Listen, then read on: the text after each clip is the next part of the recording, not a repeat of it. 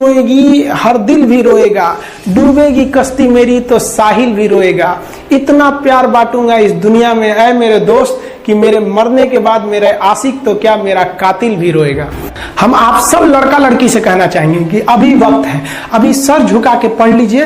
वादा है आपसे कि जिला में सबसे ऊंचा सर आपका होगा, लेकिन अगर अभी आप सोचिएगा आराम करने के लिए, पूरी जिंदगी आपको तकलीफ उठानी पड़ेगी। अगर आज आप किताबों के दीवाने हो गए ना, तो कल दुनिया आपकी दीवानी हो जाएगी।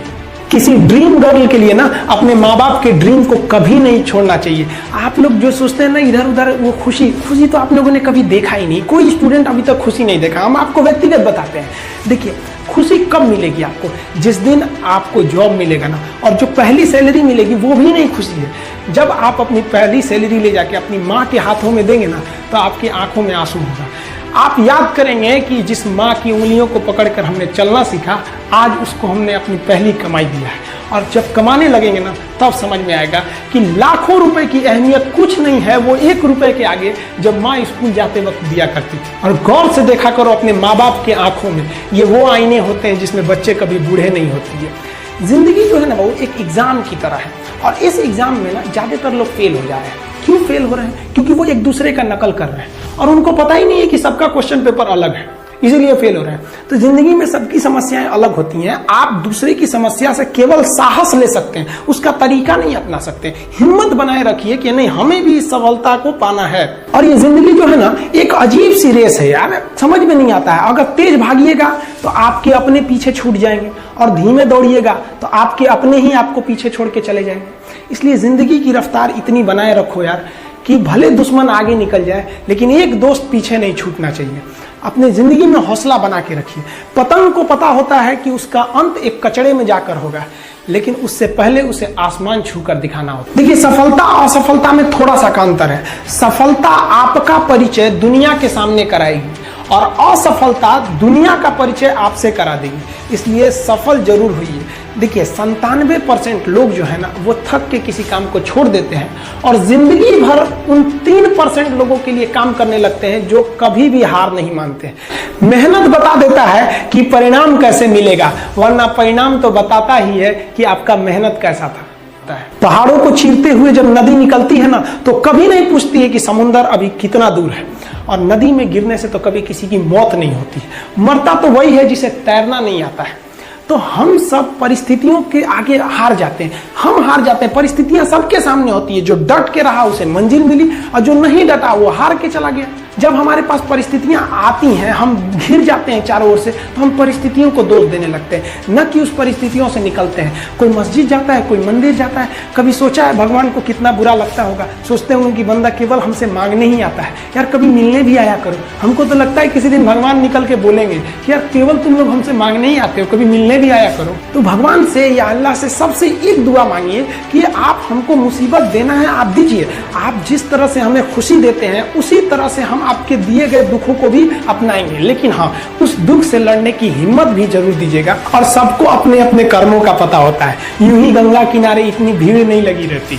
देखिए, जिंदगी में आपसे भी कुछ गलतियां होंगी, और गलती किससे होती है? जो काम करता है, मेहनत करने वालों से ही तो गलतियां होती है। निकम्मों की तो पूरी जिंदगी निकल जाती है दूसरों में कमी ढूंढते ढूंढते। और दुनिया में ना किसी भी समस्या है भाई, उसका सबसे अच्छा एक टोल फ्री नंबर है। दुनिया की कोई भी समस्या का सबसे टोल फ्री नंबर है दोस्त। एक बढ़िया दोस्त बनाओ भाई, 2-4 लोगों का, और उनसे ही आप पढ़ाई लिखाई हर तरह के डिस्कस करते रहो।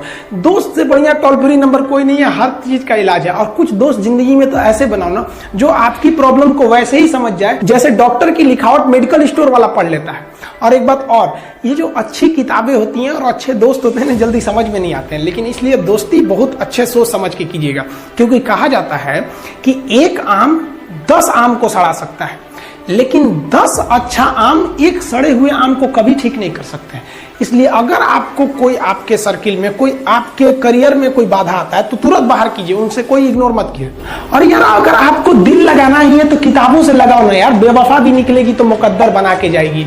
दिन ना सबके लिए 24 घंटा का होता है। ऐसा नहीं है कि आपको अलग से वक्त मिलेगा, लेकिन इसी 24 घंटे में किसी को प्यार करके पति बनने का शौक है, तो किसी को मेहनत करके करोड़पति बनने का शौक है। तो आप डिसाइड करिए आपको क्या बनना है। क्योंकि बरसों बाद जब लोग ये मिलेंगे ना आपसे, तो ये नहीं पूछेंगे कि कितनी गर्लफ्रेंड गर्लफ्रेंड है, लोग पूछेंगे कमाता कितना है, हैसियत कितनी है तुम्हारी। ये दुनिया का उसूल है कि लोग कभी भी आपसे खैरियत नहीं, आपकी हैसियत पूछते हैं। लोग एक दूसरे से वादा करते हैं कि तुम्हारा जिंदगी भर साथ निभाएंगे, कोई किसी का साथ नहीं निभाता है। लोग अर्थी और जनाजा भी ले जाते हैं ना 2 कदम, तो कंधे बदल बदल के ले जाते हैं, जबकि पता है कि आखिरी मुलाकात है। लोग यहाँ कंधा बदल बदल के ले जा रहे हैं और लोग वादे कर रहे हैं कि जिंदगी भर साथ निभाएंगे, कोई साथ नहीं निभाता है। देखिए, जीवन में ना अपने अंदर से अहंकार बिल्कुल निकाल दीजिएगा। अहंकार बहुत ही खराब चीज है। कहते हैं कि अहंकार में इंसान को इंसान नहीं दिखता, छत पे चढ़ जाओ तो खुद का मकान नहीं दिखता। अहंकार नहीं करना चाहिए। छत को बहुत गुरूर था छत होने का, 1 मंजिल और बनी और छत फर्श हो गया। अहंकार कभी नहीं कीजिएगा। तूफान ज्यादा होती है तो कश्ती डूब जाती है, और घमंड ज्यादा हो जाती है तो हस्ती डूब जाती है। जिस दिन आपको घमंड होने लगे ना अपने आप के ऊपर कि हम बहुत बड़े हो गए हैं, हम बहुत पढ़ लिए हैं, हम बहुत सक्सेसफुल मैन हो गए, हम बहुत बड़े बिजनेसमैन, हम बहुत, मतलब जिस दिन आपको घमंड हो गया ना, उस दिन आप शमशान घाट में जाके देखिएगा, आपसे नायाब लोग, आपसे अच्छे अच्छे लोग वहां खाक बन गए। दुनिया में ना किसी से जलन नहीं रखनी चाहिए। देखिए, माचिस जो होता है ना दूसरे को जला देता है, लेकिन कभी माचिस को देखें वो खुद को भी जला लेता है। अतः आप अगर आप दूसरे की बुराई करेंगे, दूसरे के पीछे रहेंगे ना, तो इसमें आपका लॉस होगा। और अगर आपकी कोई बुराई कर रहा है ना, तो आपको खुश होना चाहिए कि वो कि आप आगे बढ़ रहे हैं। बुराई उसी का लोग करते हैं जो आगे बढ़ रहा होता है, जो पहले गिरा हुआ है उसकी लोग क्या बुराई करेंगे।